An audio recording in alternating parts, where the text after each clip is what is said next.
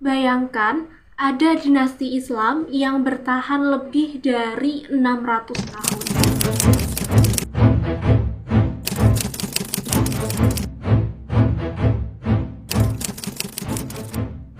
Assalamualaikum warahmatullahi wabarakatuh.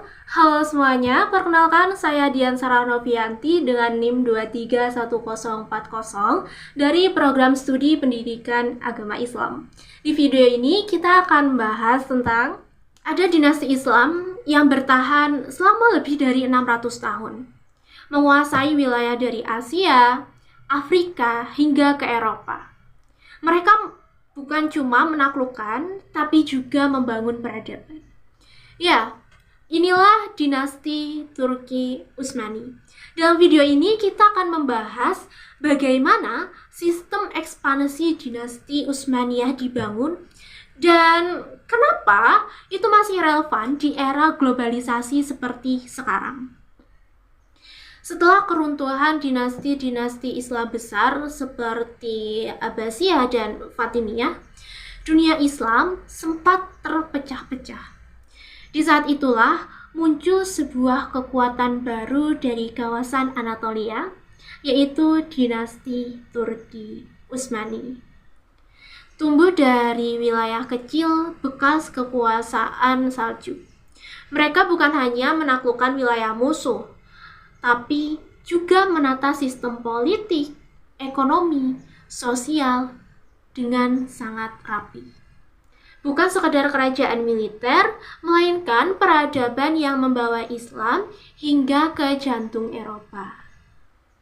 Ekspansi Utsmaniyah tak bisa dipisahkan dari dua hal penting, yaitu visi peradaban Islam dan strategi geopolitik. Pertama, mereka menganut peradaban imperialisme religius, yaitu menyebarkan Islam bukan hanya lewat senjata, tapi melalui sistem politik, sosial, ekonomi, dan pendidikan. Yang kedua, mereka paham betul soal geopolitik strategis. Setiap kota yang ditaklukkan, seperti Konstantinopel, punya nilai ekonomi dan militer yang sangat vital. Ekspansi dilakukan secara bertahap, dimulai dari perbatasan Bizantium hingga akhirnya menyentuh Eropa Tengah. Pendiri dinasti ini adalah Utsman bin Ertugrul, seorang pemimpin dari suku Oghuz yang menetap di Asia Kecil. Setelah runtuhnya kekuasaan Saljuk, ia memproklamasikan berdirinya dinasti baru pada tahun 1300 Masehi atau 699 Hijriah. Ekspansi pertamanya sederhana, menyerang daerah perbatasan Bizantium. Dari situlah wilayahnya terus berkembang. Anak dan cucunya melanjutkan visi ini. Sultan Orkan menaklukkan kota-kota penting seperti Ankara dan Gallipoli, merupakan pintu masuk ke Eropa. Kemudian datang Sultan Murad I yang berhasil menguasai sebagian besar Yunani. Namun, peristiwa paling monumental terjadi di masa Sultan Muhammad II atau Al-Fatih. Ya, pada tahun 1453, ia menaklukkan Konstantinopel yang merupakan ibu kota Bizantium yang dijuluki sebagai banteng terkuat di Eropa.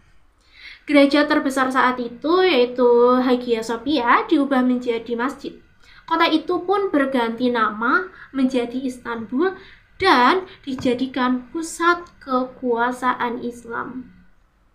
Tapi di masa Sultan Salim dan Sulaiman Al-Qanuni, ekspansi makin luas, seperti ke Mesir, Syam, Irak, Tunisia, bahkan hingga ke gerbang Wina di Austria. Sultan Sulaiman juga menyusun undang-undang kekaisaran yang disebut Al-Qanun dan juga membuat hukum Islam dan negara saat itu semakin sistematis. Tapi tentu sejarah tidak selalu mulus. Setelah masa kejayaan, Turki Utsmani mulai melemah. karena konflik internal, serangan asing, dan masuknya ide-ide barat. Namun, meski melemah, dinasti ini masih bertahan hingga abad ke-20. Bahkan eksis selama lebih dari 600 tahun. Lalu, apa hubungannya sistem ekspansi Utsmaniyah dengan zaman sekarang? Sangat relevan. Di era globalisasi, kita belajar bahwa kekuatan sebuah bangsa bukan cuma di senjata, tapi juga di manajemen, strategi, dan stabilitas internal.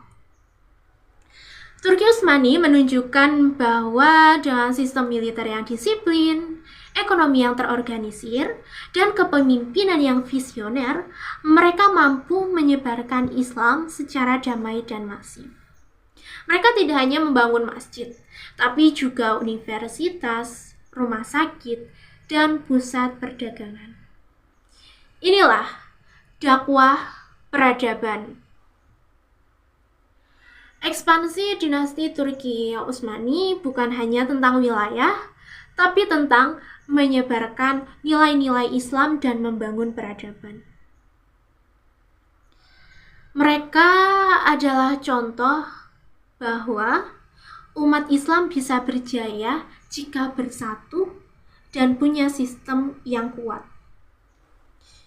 Kita belajar bahwa stabilitas politik, visi keagamaan, dan kepemimpinan yang amanah bisa membawa umat ini berjaya, bahkan di tengah dunia yang keras dan penuh tantangan seperti Eropa pada abad pertengahan. Di zaman global seperti sekarang, kita bisa mengadopsi semangat itu.